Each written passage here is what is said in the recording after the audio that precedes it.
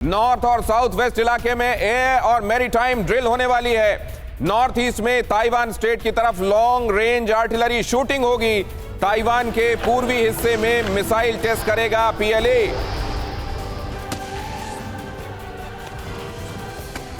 और जाहिर है ये कोई छोटी मोटी बात नहीं है, ये भी अपने आप में बड़ी मैसेजिंग है, लेकिन दस फार नो फर्दर या इसके आगे कुछ देखा जा रहा है। रॉबिन सचदेव, देखिए, मेरे को जो दिखता है चाइना को अगले 48 घंटे में कुछ ना कुछ ऐसा करना पड़ेगा जो उसने अभी तक नहीं करा है।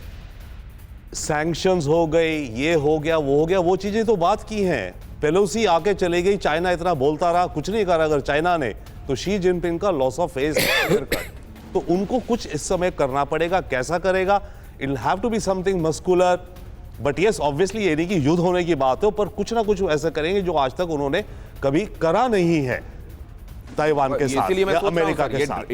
इतनी सघन ड्रिल्स भी इसके पहले कभी नहीं हुई। एक मिनट, मैं इतना आगे बढ़ कर ड्रिल्स भी कभी नहीं हुई। इतना ताइवान के एयर स्पेस का उल्लंघन, वायलेशन भी कभी नहीं हुआ। क्या इतना ही करके चीन रह जाएगा? क्योंकि ये भी अपने आप में अनप्रेसिडेंटेड होगा या इसके बियॉन्ड भी चीजें होंगी। मैं कंप्लीट कर लूं। आज की दुनिया में माहौल ये हो गया कि ड्रिल से सिग्नलिंग से कोई फर्क नहीं पड़ता। रशिया ने अपनी बाल्टिक सी में फ्लीट्स की ड्रिल्स चलाई, क्या हुआ? फिनलैंड और स्वीडन नेटो चले तो गए, कौन रुका? तो आप ड्रिल्स करते रहो, उससे सिग्नलिंग का कोई फर्क नहीं पड़ रहा आज की दुनिया में। आज की दुनिया में बात है जिसकी लाठी उसकी भैंस, जिसने कुछ करा तुम काउंटर करो। अब वो जमाने चले गए अनफॉर्चुनेटली दुनिया के कि सिग्नलिंग अभी भी है सिग्नलिंग, बट इस समय उसके साथ मस्कुलर एक्शन कंबाइन हो रहे हैं। मियर वर्ड्स विल नॉट। ये बहुत इंपॉर्टेंट बात आप कह रहे हैं कि अब ड्रिल्स का कोई मतलब नहीं है। और जहां बात बात पर न्यूक्लियर निकाल लेने की बातें होती हों, जो लास्ट रिजॉर्ट और डेटरेंस का सबसे आखिरी पड़ाव माना जाता था, वहां पर दुनिया की सोच समझ बहुत बदल गई है और यहां पर तो पावर टसल चल रही है। एक अहम खबर देखिए, पेलोसी के ताइवान दौरे पर चीन और अमेरिका के बीच में तनाव बढ़ा। चीन के विदेश मंत्री अंजाम भुगतने की धमकी दे रहे हैं। आग से खेलने वाले खुद जल जाएंगे, कहा है चीन के विदेश मंत्रालय ने। और यह बात चीन का विदेश मंत्रालय पहले भी कहता रहा है और एक बार फिर से वांग यी ने यह बात दोहराई है कि जो लोग आग से खेल रहे हैं वो खुद जल जाएंगे। बीआर दीपक, ये बात बार बार कहकर मैं यही कह रहा हूं कि चाइना ने इतने सारे लाउड स्पीकर से और इतनी ऊंची जगहों से यह बात बार बार कह दी है कि अब ये बेशक उतनी बड़ी बात ना हो, लेकिन अब चाइना को खुद कुछ करना पड़ेगा, वरना उसके खासतौर से डोमेस्टिक ऑडियंस जहां पर उनको बहुत सारी बातें प्रूव करना है, वहां वो बहुत झूठे हो जाएंगे। ये तो ठीक बात है। जैसे मैंने कहा भी, जो लास्ट रिजॉर्ट होगा इनका कर्म दिखाने के लिए, वो है कि ताइवान के अंदर जो उनके कुछ ठिकाने हैं, छुटपुट ठिकाने, सैन्य ठिकाने, उन पर वो वार कर सकते हैं और ताइवान उसको प्ले डाउन करेगा ताकि मामला खत्म हो जाए। दूसरी बात मुझे लगता है कि जो स्ट्रेटेजिक पेशेंस है उसकी हमको चर्चा करनी चाहिए, वो चीन करेगा। और आगे आने वाले कुछ वक्त में, खास करके जाते शी जिनपिंग जब तीसरी बार वो वहाँ के जनरल सेक्रेटरी बनेंगे, उसके बाद का जो पीरियड है, और खास करके जो पीएलए का जो 100वां साल होगा 2027 में, उसकी बात करनी चाहिए हमको। और या फिर उसका एक और पड़ाव है जो 2035 तक उन्होंने तय किया है चीन के लिए। इस काल में तो ताइवान पर तरह तरह के वो प्रतिबंध कर सकता है। अमेरिका के साथ वो टकराव में नहीं आएगा, अमेरिका के साथ वो डिस्प्ले करेगा अपनी जो सैन्य शक्ति है। जैसे उसने DF-17 का प्रयोग किया है, जो कि एयरक्राफ्ट जो career killer missile, hypersonic missile मानी जाती है। लेकिन जो स्ट्रेटेजिक पेशेंस है उसकी बात मुझे लगता है कि चीन में अभी हो रही है। और किस तरह से तो वो ताइवान को घेरने वाले, खास करके जो आर्थिक प्रतिबंध है उन पर, ये बहुत बड़ी चीज है। क्योंकि ताइवान का जो एक्सपोर्ट का 43% है वो जीडीपी का उनका चीन के साथ है।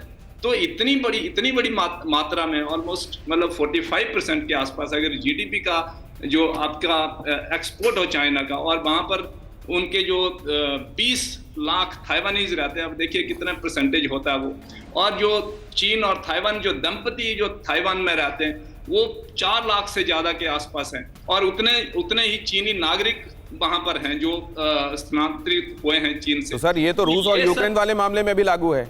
इसी तरह का मामला रूस और यूक्रेन में भी है। कितने सारे लोग हैं जो इधर के उधर रहते हैं, या दंपति इधर के रहते हैं, पति उधर है पत्नी इधर है, लेकिन उसके बावजूद तो मामला रुका नहीं। रूस और ये दूसरी बात है। चीन जो एक कह सकते हैं कि जो डिक्टेटरशिप है, जो ताइवान के जो हर हिस्से में वो घुस गया, और खास के जो तीसरी पार्टी वहां पर खड़ी की गई है वहां पर उन्होंने, तो जो कि यूनिफिकेशन का समर्थन करती है, उस को भी हमको देखना पड़ेगा कि किस तरह से चीन, जो ताइवान में जो लोग हैं, केएमटी में भी उनके समर्थक हैं, यहाँ तक कि जो नई पार्टी है वो तो पूरी यूनिफिकेशन के हक में है। तो ये सब चीन धीरे धीरे जो पीसफुल यूनिफिकेशन है, मुझे नहीं लगता कि वो वहां पर जो फोर्स का यूज करेगा। जो सैन्य प्रशिक्षण वगैरह कर रहे हैं वो सिर्फ डिस्प्ले ऑफ फोर्स है। अब मैं ये भी जानना चाहूंगा, ये विशफुल थिंकिंग है, मे द गुड सेंस प्रिवेल वाली बात है, या ऐसा ही होगा, इसकी ज्यादा बड़ी संभावना है, ये भी मैं आपसे समझना चाहूंगा। पहले अहम खबर, फिलीपींस के सागर में अमेरिकी जेट की तैनाती बढ़ाई गई। फिलीपींस सी में अमेरिकी जेट की तैनाती बढ़ी। पेलोसी के दौरे को लेकर अमेरिका ने तेज की तैयारी। फिलीपींस सी के ऊपर लगातार गश्त कर रहे हैं अमेरिकी जेट। तो अगर उधर ड्रिल्स के जरिए चाइना संदेश देने की कोशिश कर रहा है तो अमेरिका भी पीछे नहीं रहना चाहता।